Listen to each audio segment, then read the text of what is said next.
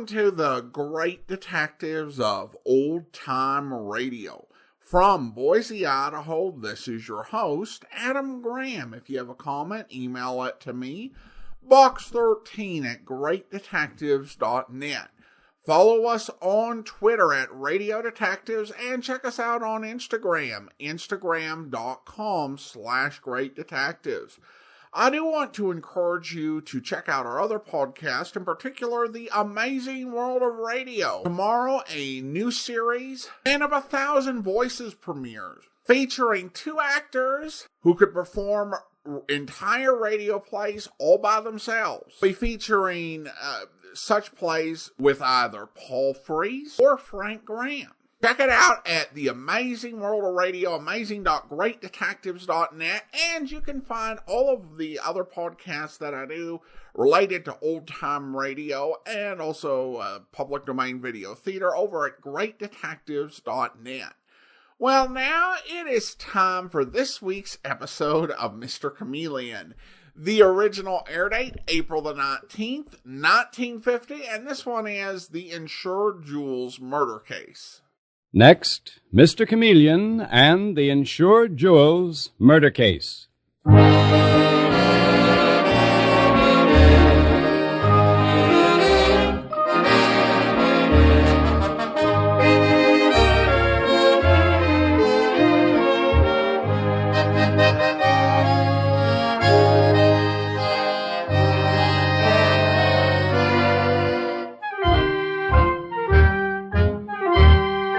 Tonight, we again present the famous Mr. Chameleon of Central Police Headquarters in his famous cases of crime and murder.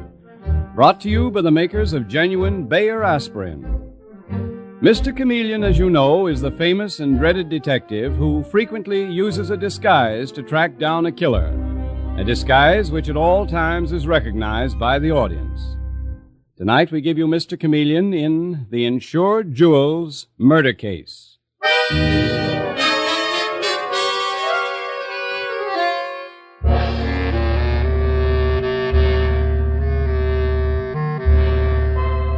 As the scene opens, we see an attractive but worldly young woman seated at a table with a fabulous display of jewels spread out before her. She has a pencil in hand, and as she picks up each priceless jewel, she writes its description and value on a sheet of paper. She is Irene Bradford, and she is about to be plunged into a strange and puzzling murder. For at that moment, the ominous finger of fate is about to press the bell outside her door. You're late, Lyle. Come in, quick. One kiss, darling, before I tell you why. Oh, we'll have a lifetime of kisses together, Lyle. If I can get away with what I'm doing. Irene, what's the idea of all your jewels out on the table? I've been making a list of them for the insurance company, dear. Well, you don't mean they're not insured. Of course they're insured. And you and I are going to collect the insurance on them. Collect the insurance on them? How? Wait till I get them back in this box. Then I'll explain. There. Now you take the box, Lyle. Then help me pull everything in this room apart. Say, what is this? We're going to make this apartment look like a robbery of my jewels has occurred. Now start by pulling out the drawers in that chest. But Irene... I'll start with this chest over here. Hurry, Lyle. Now, pull out every drawer you see and turn everything upside down. Are you mad, Irene? Don't waste time talking. Now, help me pull those pictures off the wall. And that mirror. Smash it. Looks like a wrecking crew has been here. Now, take the box of jewels and get out, Lyle.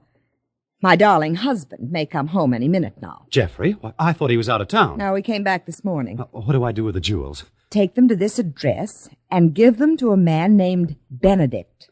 He's a fence. You mean a receiver of stolen goods? Oh, Irene, There's nothing to be afraid of, darling. I've got everything arranged. But hurry. All right, I'll start moving.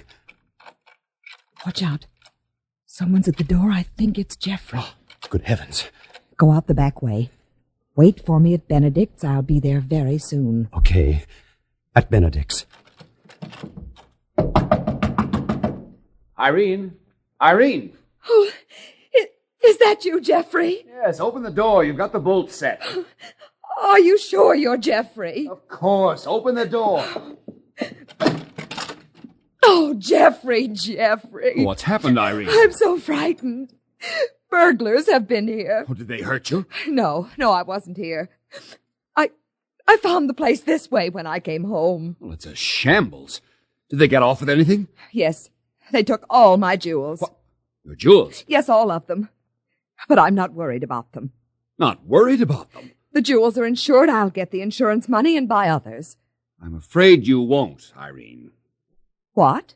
The insurance is made out to me. It's in my name, not yours. What difference does that make? All the difference in the world, my dear double-crossing wife. But they were my jewels. Wrong again, Irene. They were family jewels that belonged to my mother.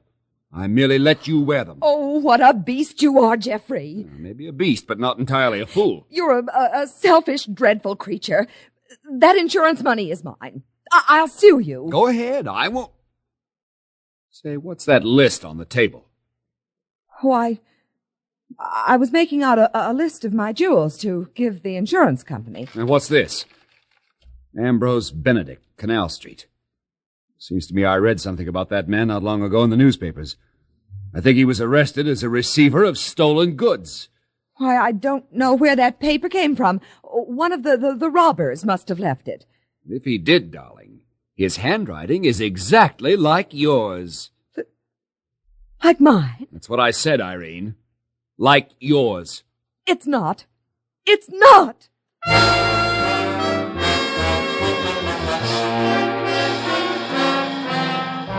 And a short time later, as Mr. Chameleon, the astute and dreaded detective, enters his office at police headquarters, he finds the commissioner of police waiting for him, and he says, Oh, hello, Commissioner. Anything up? Yes, Chameleon, a man's been murdered. A man named Lyle Martin. Lyle Martin murdered. I know something about him. A bad boy. Where was he killed? You'll be surprised when I tell you, Chameleon.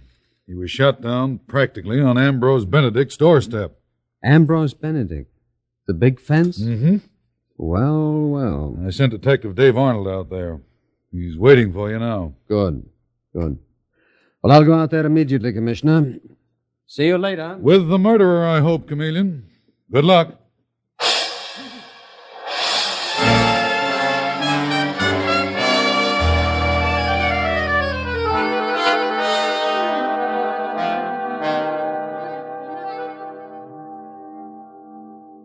Here's the body, Mr. Chameleon. Yes, that's Lyle Martin, all right, Dave. Did you find anything on him? Nothing much, Mr. Chameleon. You, know whose house we're in front of? Yes. Ambrose Benedict's. I wonder what Lyle Martin was doing here. That's what I'm going to ask Benedict. Not that I expect him to tell me. I, had a go at him myself, Mr. Chameleon, but he says he'd never seen Lyle Martin before. Good evening. I assume you are Mr. Chameleon. I'm Ambrose Benedict. Well, if you're not, the police pictures I've seen of you are of the wrong man. Is that what you came to talk about, Mr. Chameleon? Pictures? What brought that murdered man to your house, Benedict? How should I know? He was probably passing by and somebody knocked him off. He wasn't in here. No? And what's more, he's a total stranger to me. Never even heard his name until your partner, Detective Arnold, told me. Lyle Martin, I think he said. Just to keep you posted, Benedict, he had a girlfriend, according to the Broadway columnist. Girlfriend? What about it? Well, this one was married to a rich man named Jeffrey Bradford. Bradford? Never heard that name either, Mr. Chameleon. About 30 minutes before the murder, the Continental Insurance Company reported the robbery of over $250,000 in jewels from the Bradford house. That's news to me, too. It's a strange coincidence, isn't it, Benedict? Coincidence? How? Oh, strange the boyfriend of the robbed lady should be murdered outside your house. It gives me ideas. If they're about me, Mr. Chameleon.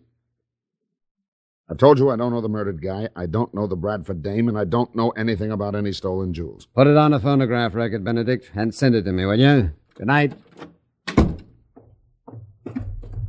Oh, here you are, Dave. See, they've picked up the body. Just this minute, Mr. Chameleon. Get anything from Benedict? Well, I'll tell you about it, Dave, on the way over to our next stop. Where's that? At the probably unhappy home of Jeffrey Bradford and his wife, Irene.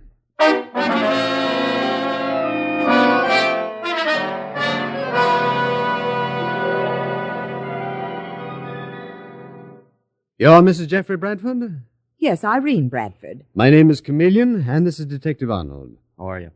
Oh, you've come about my stolen jewels.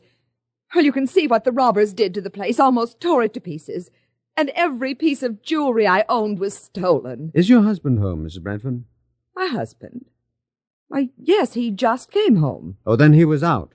At his office, I think. I'll call him. Oh, Jeffrey, come here. Yes, dear. What is it? This is Mr. Chameleon and Detective Arnold about the robbery. No. No, not about the robbery, Mr. Bradford. About murder. Murder? Murder? Who? A man named Lyle Martin. You know him? Very slightly, Mr. Chameleon. But I think my wife knew him rather well. Didn't you, dear? No better than you did, Jeffrey. I'd question that. You seem a bit edgy, Mr. Bradford. Edgy? What makes you think that? Well, from the way your hand keeps going to your coat pocket. I hadn't noticed. What is it you're trying so hard to conceal? Let me have it, please. It's something of my wife's. Let me see it, please. It's nothing of mine. All right, Irene, have it your own way. Here it is, Mr. Chameleon. Ah.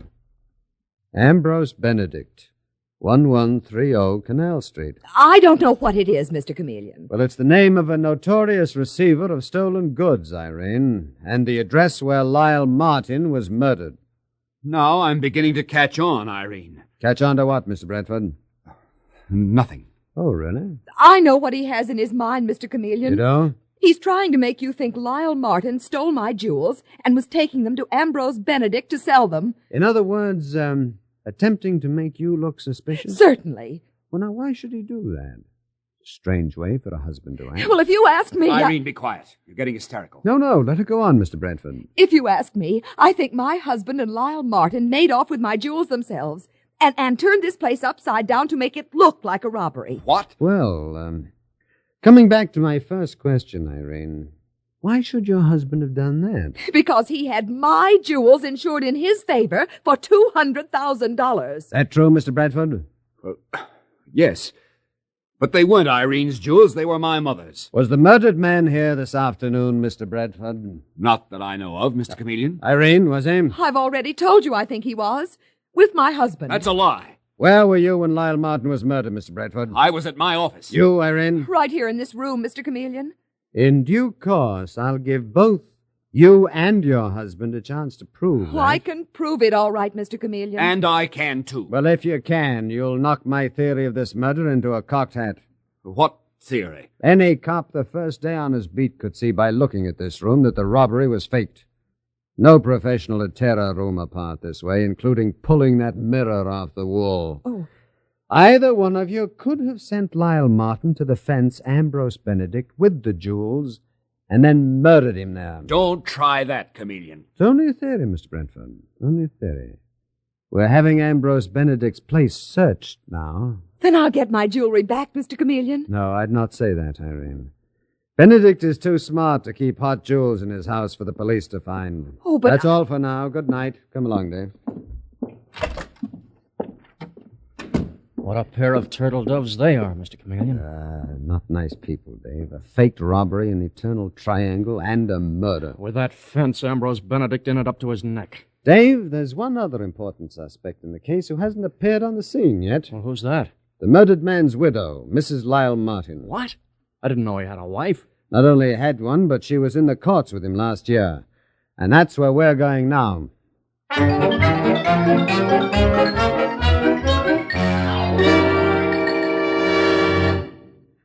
I'm glad you came to me, Mr. Chameleon. If you hadn't, I'd have come to you. Oh, indeed, Mrs. Martin. May I introduce Detective Dave Arnold? How do you do? How are you? You were saying? I was saying I'd have come to you, Mr. Chameleon. I think I know why my husband Lyle was murdered. Really? It may sound fantastic, but it's true. Believe me, it's true. Oh, I haven't any reason not to believe anything you say, Mrs. Martin. Well, here's what happened. This afternoon, my husband Lyle stopped by here in a great rush. About 6 o'clock? Why, yes. And he had a box filled with jewels. What? He told me Irene Bradford had given them to him to pawn for her. This is fantastic. I told him to be careful what that woman put him up to, but he just laughed at me. Mrs. Martin, are you sure what you're saying is true? I think this will prove it, Mr. Chameleon. Look at it. A big emerald ring. He said Irene would never miss it. I said to get it out of the house, but he just threw it in this box and left. I'll take this emerald ring. Listen, lady, where are the rest of those jewels? You better hand them over. He took the rest of them with him, Detective Arnold. Oh, he did he? Mrs. Martin. Yes, Mr. Chameleon. Your name is Joan Martin, isn't it? Well, yes, why? You and your murdered husband were in the courts last year on a non-support charge, I believe. That's true. But the judge dismissed the case as ridiculous. As ridiculous? Well, I was the one who was doing the supporting. You could trust Lyle never to work if there was a woman anywhere to support him. But I loved him. You didn't by any chance kill him, did you, Joan? I know you don't believe I did, Mr. Chameleon. The person who killed Lyle was Irene Bradford. And before I finished, I'll prove it.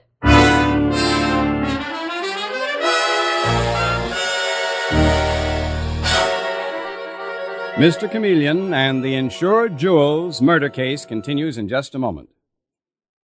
At the first sign of a cold, before you do anything else, take Bayer aspirin. Here's why. When you have a cold, it's almost invariably accompanied by a headachy, feverish feeling and muscular aches and pains, and it's important to your well-being that you treat these distressing symptoms with a medication that will relieve them quickly, and Bayer aspirin will do this.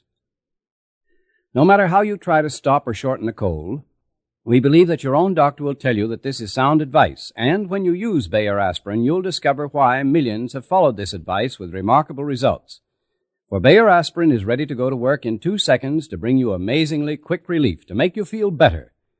In addition, Bayer aspirin's single active ingredient is so gentle to the system, doctors prescribe it even for small children. That's why it's been used by millions of normal people without ill effect. So at the first sign of a cold, before you do anything else, take Bayer aspirin. When you buy, ask for Bayer aspirin, not just for aspirin alone. Get the 100-tablet bottle and you get Bayer aspirin tablets for less than a penny apiece.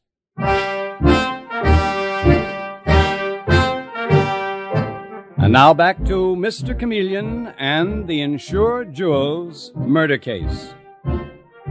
When Irene Bradford tried to arrange a fake robbery of her fabulous jewels to collect the insurance, she gave them to her friend Lyle Martin.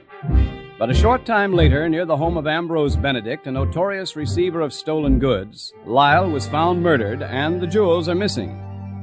Now Mr. Chameleon is questioning Joan Martin, the murdered man's widow, and she is saying, The person who killed Lyle was Irene Bradford.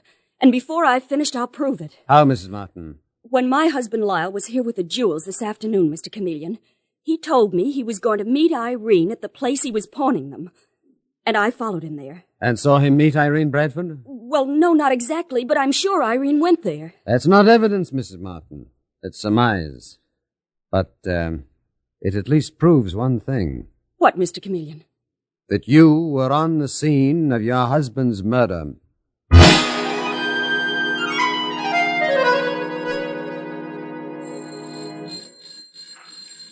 Looks like Ambrose Benedict's in no rush to answer his doorbell.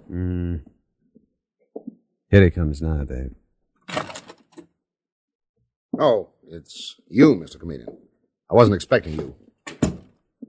If you weren't, Benedict, it's because the criminal mind is taking a completely new turn. Meaning what? Concisely put, it looks like at long last the police have got you on a murder rap. Put your cards on the table, Chameleon. I'll look them over. All right. You said you'd never heard of the murdered man, Lyle Martin. That's a lie. Does that make me a murderer? He came here with Irene Bradford's jewels. Your cops have covered this house from cellar to garret, finding nothing. Reason? I haven't got them. I never had. What's the deal that you had with Jeffrey Bradford or his wife for those jewels? Who squealed, Chameleon? You're answering the questions, Benedict. And the way you answer marks the line between free air or a murder charge. You're hooked nice and tight, Benedict. That's right, Dave, he is. All right, Benedict, what's the answer? The robbery was a frame-up. To collect the insurance on Mrs. Bradford's jewelry. And to sell the jewels besides. But they never reached me. The guy that was bringing them here, Lyle Martin, was bumped off first. By you? Not by me, Chameleon. By some dame, accompanied by Jeffrey Bradford. Who's the dame, Benedict? Ask Bradford. He squealed once, Chameleon. He may do it again. And you may have lied from beginning to end, Benedict. Come along, Dave. Well, if you want my opinion, Mr. Chameleon... Oh, I always do, Dave. You put such a scare into Benedict that he told the truth. Well, summing the whole thing up, we have put the murdered man's wife, Joan Martin, on the murder scene, and Benedict just put Jeffrey Bradford, and perhaps his wife, into the sack, too. Well, if a dame did the job, I'm picking Irene Bradford. She's got the look. I think we'll buzz over and have another go at her and her husband now, Dave.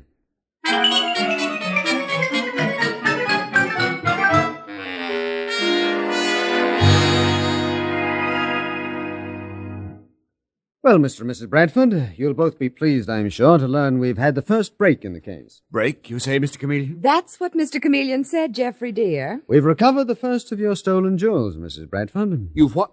Oh, I can't believe it. How marvelous. This, emerald ring. Where did you find it, Mr. Chameleon? He probably got it away from that fence, Irene. Ambrose Benedict. No.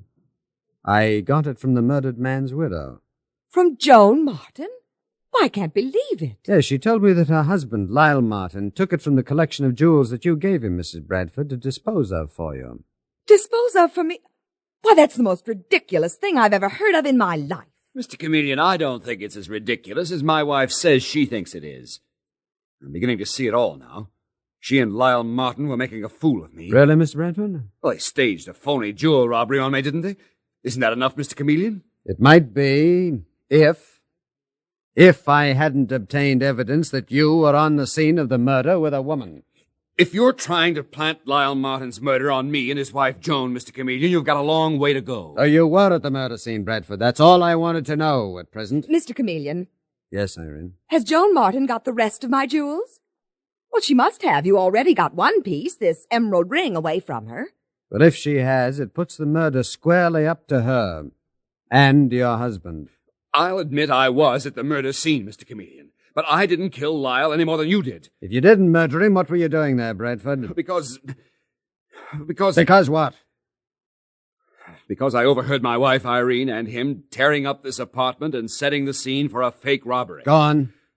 I found the address of Ambrose Benedict, the fence, on that piece of paper you took from me. So I followed Lyle Martin to get the jewels back, to catch you with the goods on him. Then you killed him? No, he was dead when I got there. Mr. Chameleon, I hate my husband, and with good reason. But believe me, he is not a killer. I've been his wife for 8 years, and I know him better than you or anyone else will ever know him. Irene, if I told you that I knew where your stolen jewels were and offered to recover them for you, would you still stick to that statement? To my dying day, Mr. Chameleon.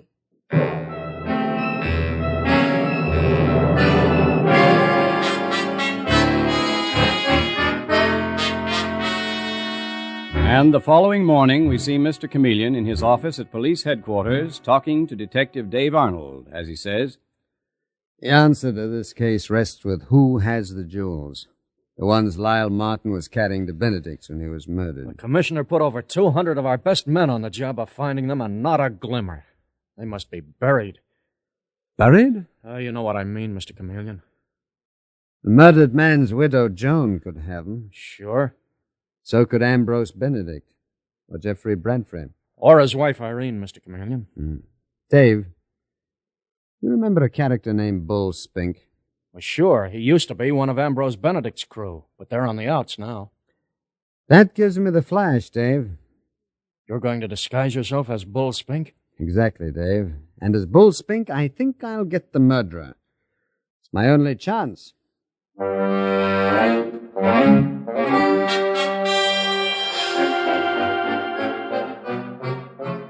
And a short time later, we see Mr. Chameleon disguised as a particularly odious character, Bull Spink, and speaking in his disguised voice to the fence, Ambrose Benedict, as he says, Hi, Benny. You weren't looking to see me, were you? Meeting an old pal should make you happy. What do you want, Spink? I told you I was done with you. I just dropped in to get my cut on the Bradford jewels. I settled for $5,000 since we're old pals, okay? Try the next street, Bull. I haven't got 'em. The cops say you have, pal. Just aching to hear you sizzle in the chair. $5,000 is cheap to keep from frying, pal. When the day comes, you can keep me from the chair, Bull. I'll be ready to fry. Here's $10. Now get out before I turn you over to the cops. All right, pal. So long. Happy frying. Happy frying.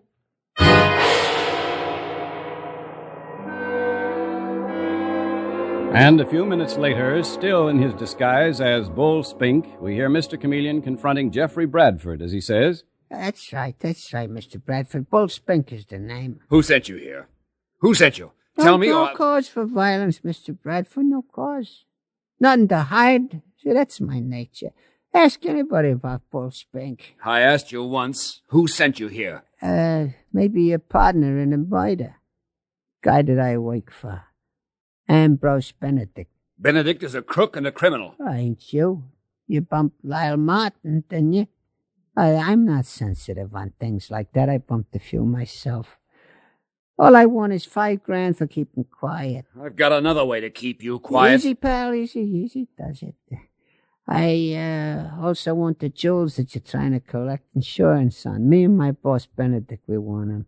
And quick, otherwise we're throwing you the Chameleon. Those jewels are mine, and I haven't got them. They're in this house, Bradford. Come through, pal. Come through. Jeffrey, who is this man? Name of Bull Spink, ma'am. You're Mrs. Bradford, ain't you? I heard you trying to blackmail my husband. Leave or I'll call the police. All I'm asking is $5,000 and the jewels. It's cheap at the price. For the last time, get out or I'll call the police. Call them, Jeffrey. You don't have to call the police, Irene. I am the police. Jeffrey, it's Mr. Chameleon in disguise. What if he is? I haven't got the jewels. Suppose you step away from that box of growing plants, Mrs. Bradford. Plants? What plants? The ones where you've got the jewels buried, the jewels for which you murdered Lyle Martin. Dave, quick! Right here, Mr. Chameleon. Grab it, Dave. Let me go. Let me go. Stay quiet, baby. Don't make me hurt you. I've got it covered, Dave. Now pull up those plants. Wow. What do you think? The jewels. I didn't hide them there, Mr. Chameleon. My husband did. The way I caught on to you, Irene, was that every time I came in this room, you always backed up to that box of plants.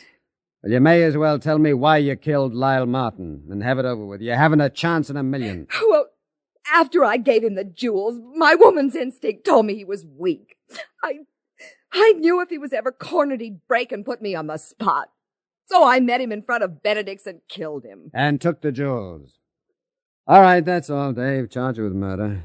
And credit yourself for solving the case. Credit myself, Mr. Chameleon? When you said buried at headquarters, that gave me the flash, Dave.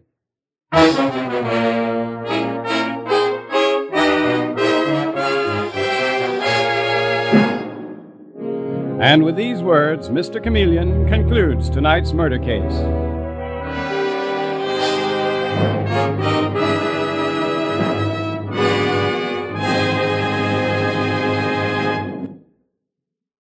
Have you ever tried breaking an aspirin tablet to give your children the dosage your doctor has prescribed? If you have, then you'll appreciate the new children's-sized Bayer aspirin tablets. These tablets are genuine Bayer aspirin, but they contain only half the amount of the regular-sized Bayer aspirin tablets. Thus, you can give your child the proper dosage as prescribed by your physician, and you can do it conveniently, too. Because when you use children's-sized Bayer aspirin tablets, you need give only one tablet, for each of them is full dosage. Another thing you'll appreciate is that they are uncolored and unflavored and therefore cannot be mistaken for candy. You can use them with confidence. For the fact that doctors prescribe Bayer aspirin's single active ingredient even for the smallest children shows how gentle and dependable it is. The bottle and carton are plainly marked children's size Bayer aspirin, 30 tablets for 25 cents.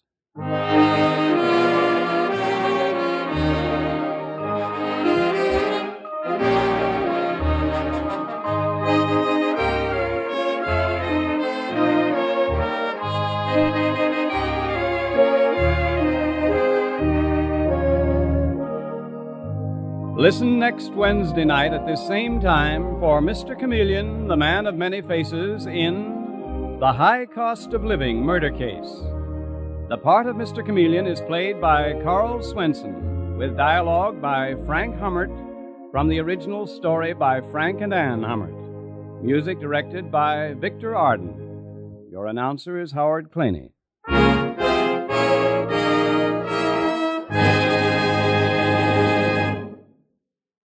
Teeth that are really clean, free of decay-breeding deposits and film, actually resist decay.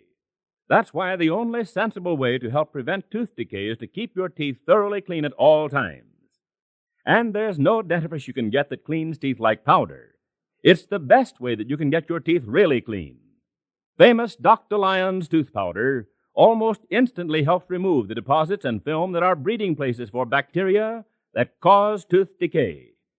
So to help prevent decay before it gets started, to whiten and brighten your teeth beautifully, use either regular or ammoniated Dr. Lyon's tooth powder.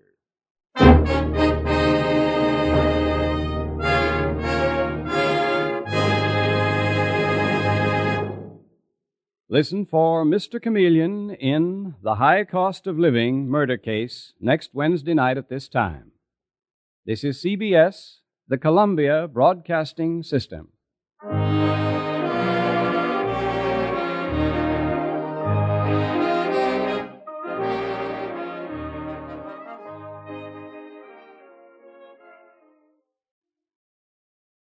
Welcome back. Okay, so let me get this straight. And I did go back to listen again to her explaining the motive. Her woman's intuition told her that her boyfriend would go weak, so she took the jewels back and killed him based on her intuition.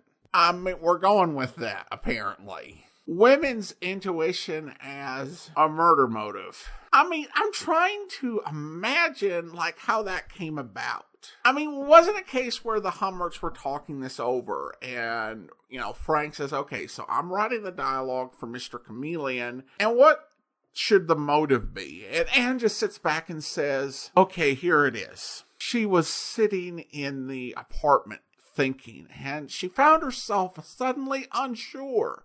Would he really follow through or not? So she raced the scene and found him outside of the house, shuffling his feet like a nervous little boy, holding the jewels, her jewels. And she noticed one missing, one that had given to his wife. And then she saw it right there. He realized that she had been a fool. She hated him, but more than anything, she hated herself. She hated herself for misjudging him, and saw right there that he was a weak, cowardly man, unworthy of her affections, unworthy to live. And so she killed him. You got all that, Frank? Oh, sure, honey, I've got it. Anne walks away. And Frank types, women's intuition told me he was weak. Now, of course, what I said is a bit over the top. Okay, maybe a little bit more than a bit. But shortening it down to, my woman's intuition told me, is just a little bit silly. That said, nice disguise by Carl Swinson. I'm not sure the logic of the way it was used or why it was used on everyone it was, but hey, Carl Swinson got to do a voice and got to do more of it than he typically does. Now it's time to thank our Patreon supporter of the day, and I want to go ahead and thank Joel. Joel has been one of our Patreon supporters since all the way back in August of 2015, currently supporting us at the Shamus level of $4 or more per month. Again, thanks so much for your support, Joel. And that will actually do it for today. If you are enjoying this podcast, I do encourage you to rate and review it wherever you download your podcast from. But that will do it for today. We'll be back next Tuesday with another episode of Mr. Chameleon. But join us back here tomorrow for The Man Called X, where...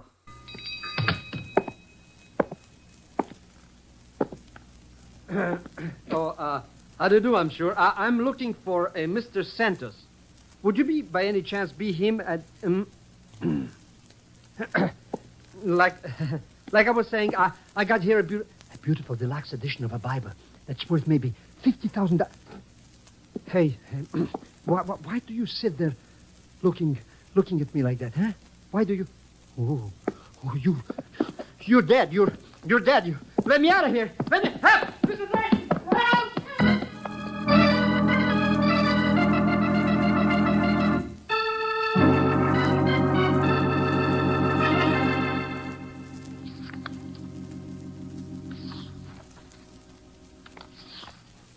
Yeah. That's all I know, Mr. X. I walk in, this Center's joker is dead. And I'm left holding the bag. What happened to Grisha? But that double-crossing no good was gone. Haven't seen hide of him since. So, what do you think, Mr. X? Is that Bible worth 50 grand like Grisha said? No. I knew it. No, I'd say it was worth about 10 million. Oh, sure, that's what I thought. It's only worth a lousy 10 million.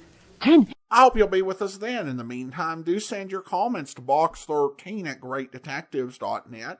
Follow us on Twitter at Radio Detectives and check us out on Instagram, instagram.com/greatdetectives. From Boise, Idaho, this is your host, Adam Graham, signing off.